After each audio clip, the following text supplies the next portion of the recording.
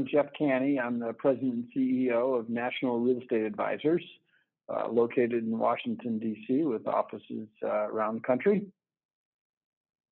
And I'm here today to talk to you about data centers. We got into the data center business about 10 years ago, after several years of attempting to get into the business, because we could see that data centers were going to become an integral, critical part of the modern economy. And we're actually going to be very disruptive for other real estate types, such as retail. We thought that was true, and it turned out to be true.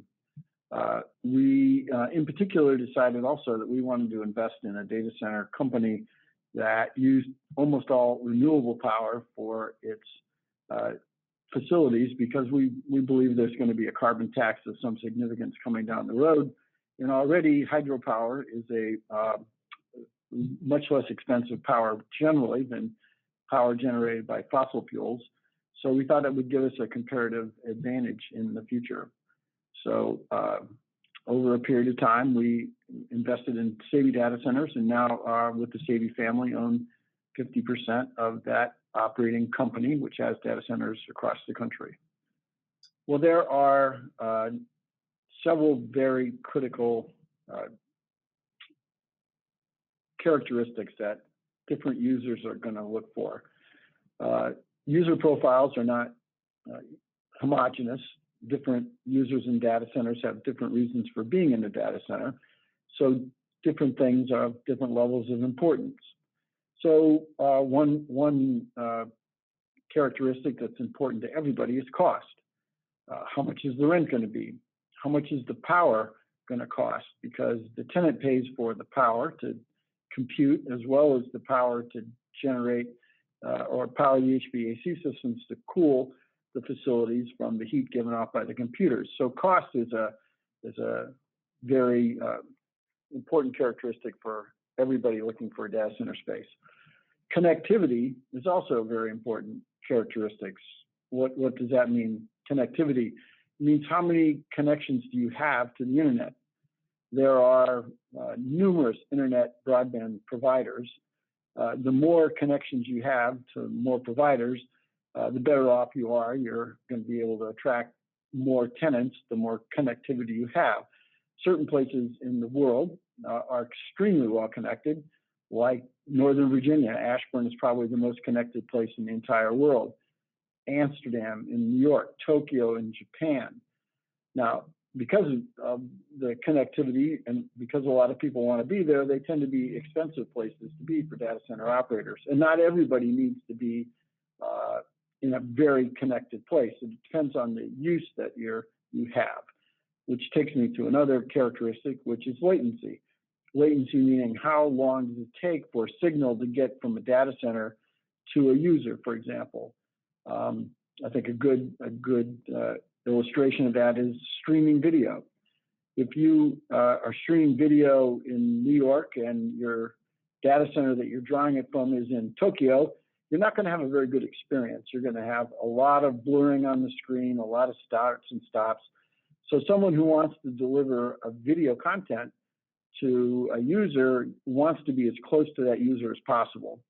So Netflix, for example, would want to have multiple locations in multiple cities throughout the world, so that when you attach to Netflix or YouTube or any other video provider, you get a quick response.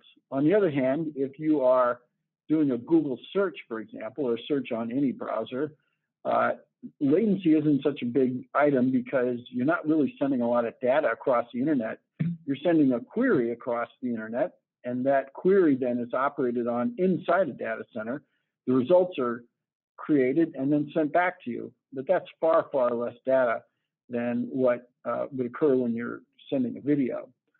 So there's a lot of activity going on in a data center when you send a browser search request in, but there isn't a lot going back and forth on the internet itself. So latency is very important. And again, that's connected to connectivity. Security, very important for anybody who has operations in a data center. Data center operations tend to be extremely critical functions of whoever is the tenant is. And security would take the form of, you want to make sure you're in a politically stable environment. Don't think too many people want to have their data centers in Kazakhstan, for example. They'd much rather have them in the United States, Canada, Europe. And after you get past political security, you want to have geological security. You don't want earthquakes, for example. You also want weather conditions that aren't threatening, like tornadoes and hurricanes and flooding. So those are all very important items, all wrapped around the label of security. In the environment, having a data center in the middle of the desert, not a great idea, because it's going to cost you a lot more to cool your facility than it would if you were, say, in Washington State, where you get a lot of what we call free cooling days, meaning the air outside is cool enough that you don't really have to run your HVAC that often. And then proximity can be an important issue too, to people we call server huggers, people who don't want to be very far away from their data centers, even if it doesn't really matter. They just want to know that they can pop over when they need to, plug something new in. Many data centers operators do that for people, but some people just want to be close to their data centers. So those are all considerations that someone would take into account. I think, though, the most important consideration is who's the data center owner? What's their profile? What's their reputation? What have they done in the past? Because in the end, a data center user, because the use is so critical, they're much more interested in making sure that the data center doesn't go down, that they don't have a failure, than the cost of the tenancy itself. Of course, the cost of the tenancy is important, but in the end, if you're the chief technology officer for a major corporation, you're going to choose the provider with the best reputation, the best track record, rather than the least amount of rent. So why invest in an operating company rather than a standalone data center property? Primarily for the reason I just cited in terms of the reputation of the data center operator. If you're a chief technology officer for a corporation, you're going to look first and foremost to the record and the reputation of the owner of the data center. If you own just a building and nothing else, you don't have the kind of reputation and breadth that a user is going to look for. So that's one of the major reasons to invest at the platform level, because you're buying into a reputation or creating a reputation on your own. Another reason is you can control property management much better. You can control the reputation and marketing of your company, and you can control your own leasing. If you're just owning one building, you're going to be exposed to a variety of service providers that aren't really integral to your own operations. So we personally have decided we want to be involved in the platform level. A lot of other investors have decided that they are willing to just own parts of individual data center buildings.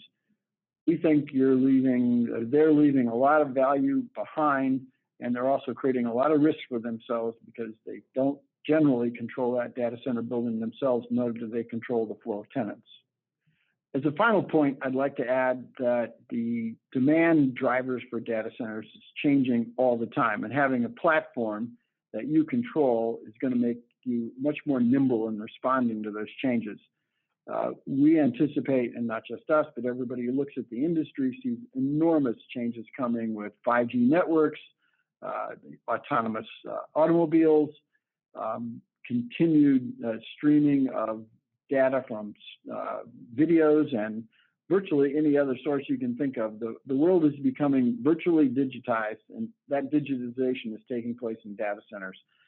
So we want to own a platform so that we can stay nimble and respond to those needs as they arise.